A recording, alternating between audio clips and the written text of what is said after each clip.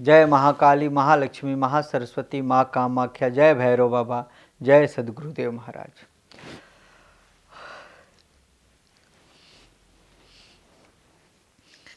श्रीमद् देवी भागवत महापुराण प्रथम खंड के पंचम स्कंध में 28 अध्याय की कथा, देवी के साथ रक्त बीज का युद्ध, विभिन्न शक्तियों के साथ भगवान शिव का रण स्थल में आना तथा भगवती का उन्हें दूत बनाकर शुभ के पास भेजना, भगवान शिव के संदेश से दानवों का क्रुद्ध होकर युद्ध के लिए आना। व्यास जी बोले, हे राजन। तत्पश्चात वे देवी हंसकर मेघ के समान गंभीर वाणी में उस रक्तबीज से यह युक्ति संगत वचन बोली, हे मंदबुद्धि, तुम क्यों व्यर्थ प्रलाप कर रहे हो? मैं तो पहले ही दूत के सामने उचित और हितकर बात कह चुकी हूँ कि यदि तीनों लोकों में कोई भी पुरुष रूप, बल और वैभव में मेरे समान हो तो मैं पति रूप में उसका वर्णन कर लूँगी। अब तुम शुभ निशुभ से कह दो कि मैं पूर्व काल में ऐसी प्रतिज्ञा कर चुकी हूँ, अतः मेरे साथ युद्ध करो और रण में मुझे जीतकर मेरे साथ विधिवत विवाह कर लो। तुम भी शुभ की आज्ञा से उनका कार्य सिद्ध करने के लिए यहाँ आए हो, अतएव यदि चाहते हो तो मेरे साथ युद्ध करो अथवा अपने स्वामी के पास पाताल लोक चले जाओ। व्यास जी बोले, देवी की बात सुनकर वह दैत्य क्रोध में भर उठा और बड़े वेग से देवी के सिंह पर भीषण बाण छोड़ने लगा। सर्प दृश्य उन बाणों को देखकर अंबिका ने दक्षतापूर्वक बड़ी फुर्ती के साथ अपने तीखे बाणों से उन्हें आकाश में ही क्षण भर में काट डाला। इसके बाद अंबिका ने कान तक खींचकर धनुष से छोड़े गए तथा पत्थर पर घिसकर तीक्ष्ण बनाए गए अन्य बाणों से महान असुर रक्त बीज पर प्रहार किया। भगवती के बाणों से आहत होकर पापी रक्त बीज रथ पर ही मूर्छित हो गया। रक्त बीज के गिर जाने पर बड़ा हाहाकार मच गया। उसके सभी सैनिक चीखने चिल्लाने लगे और हाय, यह मारे गए ऐसा कहने लगे। तब अपने सैनिकों का अत्यंत भीषण क्रदन सुनकर शुभ ने सभी दैत्य योद्धाओं को शस्त्र से सुसज्जित होने का आदेश दिया। शुभ बोला, कंबोज देश के सभी दानों तथा अनेक अतिरिक्त अन्य महाबली वीर विशेष करके काल के संज्ञक पराक्रमी योद्धा भी अपनी सेना के साथ निकल पड़े। व्यास जी बोले, इस प्रकार शुभ के आदेश देने पर उसकी सारी चतुरंगी सेना मदमत होकर देवी के संग्राम स्थल के लिए निकल पड़ी। समरभूमि में आई हुई उस दानवी सेना को देखकर भगवती चंडिका बार बार भीषण तथा भयदायक घंटानाद करने लगी। जगदम्बा ने धनुष का टंकार तथा शंखनाद किया। उस नाद के होते ही भगवती काली भी अपना मुख फैलाकर घोर ध्वनि करने लगी। उस भयंकर शब्द को सुनकर भगवती का वाहन बलशाली सिंह भी अद्भुत भय उत्पन्न करता हुआ बड़े जोर का गर्जना करने लगा। वह निनाद सुनकर सभी दैत्य क्रोध के मारे बौखला उठे और वे महाबली दैत्य देवी पर अस्त्र छोड़ने लगे।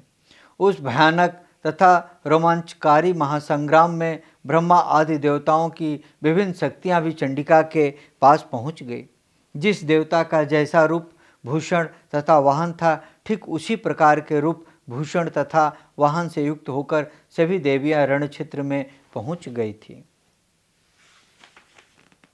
ब्रह्मा जी की शक्ति जो ब्राह्मणी के नाम से प्रख्यात हुई है, हाथ में अक्षय सूत्र तथा कमंडलू धारण करके हंस पर आरूढ़ हो यहाँ आ गई।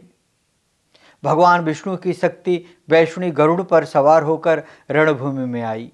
वे पीताम्बर से विषीभूत थीं तथा उन्होंने अपने हाथों में शंख, चक्र, गदा, पद धारण कर रखा था। शंकर की शक्ति भगवती शिवा बैल पर सवार होकर हाथ में उत्तम त्रिशूल लिए, मस्तक पर अर्धचंद्र धारण किए तथा सर्पों के कंगन पहने वहाँ उपस्थित हुई। भगवान कार्तिकेय के समान ही रूप धारण करके सुंदर मुख वाली भगवती कौमारी युद्ध की इच्छा से हाथ में शक्ति धारण करके मयूर पर आरूढ़ होकर आई। सुंदर मुख वाली इंद्रायणी अतिशय उज्ज्वल हाथी पर सवार होकर हाथ में वज्र लिए उग्र क्रोध से आविष्ट हो समरभूमि में पहुंची। इसी प्रकार शुक्र का रूप धारण करके एक विशाल प्रेत पर सवार होकर भगवती बाराही नरसिंह के समान रूप धारण करके भगवती नारसिंही और यमराज के ही समान रूप वाली भयदायिनी शक्ति भगवती यम्या हाथ में दंड धारण करके किए तथा महिष पर आरूढ़ होकर मधुर मधुर मुस्कुराती हुई संग्राम में आई। उसी प्रकार वरुण की शक्ति वारुणी तथा कुबेर की मदोन्मत्त शक्ति कौबेरी भी समरभूमि में पहुंच गई। इसी तरह अन्य देवताओं की शक्तियां भी उन्हीं देवी का रूप धारण करके अपनी अपनी सेनाओं के साथ रणभूमि में उपस्थित हुई। उन शक्तियों को वहां उपस्थित देखकर भगवती अंबिका बहुत हर्षित हुई। इससे देवता निश्चित तथा प्रसन्न हो गए और दैत्य भयभीत हो उठे। लोक कल्याणकारी शिव जी भी उन शक्तियों के साथ वहां संग्राम में भगवती चंडिका के पास आकर उनसे कहने लगे, देवताओं की कार्य सिद्धि के लिए आप शुभ निशुभ तथा अन्य जो भी दानव उपस्थित हैं उन सब का वध कर दीजिए। साथ ही सारी असुर सेना का संहार करके और इस प्रकार संसार को भय मुक्त करके ये समस्त शक्तियाँ अपने अपने स्थानों को चली जाएं। आप यह कार्य संपन्न करें जिससे देवता यज्ञ भाग पाने लगें, ब्राह्मण निर्भय होकर यज्ञ आदि करने में तत्पर हो जाएं, सभी स्थारम जंगम प्राणी संतुष्ट हो जाएं, सब प्रकार के उपद्रव और अकाल आदि आपदाएं समाप्त हो जाएं, मेघ समय पर वृष्टि करे और कृषि लोगों के लिए अधिक फलदायिनी हो। व्यास जी बोले, लोक का कल्याण करने वाले देवेश्वर शिव के ऐसा कहने पर भगवती चंडिका के शरीर से एक अद्भुत शक्ति प्रकट हुई। वह शक्ति अत्यंत भयंकर तथा प्रचंड थी। वह सैकड़ों सियारिनियों के समवेत स्वर के समान ध्वनि कर रही थी और उनका रूप बहुत भयानक था। मंद मंद मुस्कान युक्त मुखमंडल वाली उस शक्ति ने पंचमुख शिव जी से कहा, हे देव आप दैत्यराज शुभ के पास शीघ्र जाइए। हे कामरिपु, इस समय आप मेरे दूत का काम कीजिए। हे शंकर, काम पीड़ित शुभ तथा मदोन्मत्त निशुभ से मेरे शब्द को कह दीजिए। तुम सब तत्काल स्वर्ग त्याग कर पाताल लोक चले जाओ, जिससे देवतागण सुखपूर्वक स्वर्ग में प्रविष्ट हो सकें और इंद्र को स्वर्ग लोक तथा अपना उत्तम इंद्रासन पुनः प्राप्त हो जाए। साथ ही सभी देवताओं को उनके यज्ञ भाग पुनः मिलने लगे। यदि जीवित रहने की तुम लोगों की बलवती इच्छा हो तो तुम लोग बहुत शीघ्र पाताल लोक चले जाओ, जहाँ दानव लोग रहते हैं, अथवा अपने बल का आश्रय लेकर यदि तुम सब युद्ध की इच्छा रखते हो तो मरने के लिए आ जाओ, जिससे मेरी सियारिने तुम लोगों के कच्चे मांस से तृप्त हो जाए। व्यास जी बोले, चंडिका का यह वचन सुनकर शिव अपनी सभा में बैठे हुए दैत्यराज शुभ के पास शीघ्र जाकर उनसे कहने लगे। शिव जी बोले, हे राजन, मैं त्रिपुरासुर का संहार करने वाला महादेव हूँ। अंबिका का दूत बनकर मैं इस समय तुम्हारे संपूर्ण हित करने के लिए यहाँ तुम्हारे पास आया हूँ। देवी ने कहलाया है कि तुम लोग स्वर्ग तथा भूलोक त्याग कर शीघ्र पाताल लोक चले जाओ, जहाँ प्रहलाद तथा बलवानों में श्रेष्ठ राजा बलि रहते हैं। अथवा यदि मरने की इच्छा हो तो तुम तुरंत सामने आ जाओ, मैं तुम सबको संग्राम में शीघ्र ही मार डालूंगी। तुम लोगों के कल्याण के लिए महारानी अंबिका ने ऐसा कहा है। व्यास जी बोले, भगवती का यह अमृत तुल्य कल्याणकारी संदेश उन प्रधान दैत्यों को सुनाकर शूलधारी भगवान शंकर लौट आए।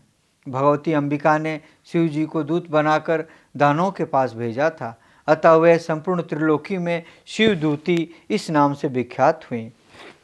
शंकर जी के मुख से कहे गए भगवती के इस दुष्कर संदेश को सुनते ही वे दैत्य भी कवच धारण करके तथा हाथ में शस्त्र लेकर शीघ्र ही युद्ध के लिए निकल पड़े। हे दानव, वे दानव बड़े वेग से रणभूमि में चंडिका के समक्ष आकर कानों तक खींचे गए तथा पत्थर पर सान चढ़े तीखे बाणों से प्रहार करने लगे। भगवती कालिका त्रिशूल, गदा और शक्ति से दानवों को विदीर्ण करती हुई और उनका भक्षण करती हुई युद्ध में विचरने लगी। भगवती ब्राह्मणी युद्धभूमि में अपने कमंडलू के जल से प्रक्षिप्त मात्र से उन महाबली दानवों को प्राण शून्य कर देती थी। वृषभ पर विराजमान भगवती महेश्वरी अपने त्रिशूल से रण में दानवों पर बड़े वेग से प्रहार करती थी और उन्हें मारकर धराशाही कर देती थी। भगवती वैष्णवी गदा तथा चक्र के प्रहार से दानवों को निष्प्राण तथा सिर विहीन कर डालती थी। इंद्र की शक्ति देवी ऐन्द्री ऐरावत हाथी की सूंड की चपेट में चोट से पीड़ित बड़े बड़े दैत्यों को अपने वज्र के प्रहार से भूतल पर गिरा देती थी। देवी बारही कुपित होकर अपने तुंड तथा भयंकर दाढ़ों के प्रहार से सैकड़ों दैत्यों और दानवों को मार डालती थी। देवी नारसिंगी बड़े तीक्ष्ण नखों से बड़े बड़े दैत्यों को फाड़ कर खाती हुई रणभूमि में विचरण करती थी तथा बार बार गर्जना करती थी। शिवदूती अपने अट्टहास से ही दैत्यों के धाराशाही कर देती थी और चामुंडा तथा कालिका बड़ी शीघ्रता से उन्हें खाने लगती थी। मयूर पर विराजमान भगवती कौमारी देवताओं के कल्याण के लिए कानों तक खींचे गए तथा पत्थर पर सान चढ़े तीक्ष्ण बाणों से शत्रुओं का संहार करने लगे। भगवती वारुणी संवरांगण में दैत्यों को अपने पास से बांधकर उन्हें अचेत करके एकाएक क्रम से गिरा देती थी और वे निष्प्राण हो जाते थे।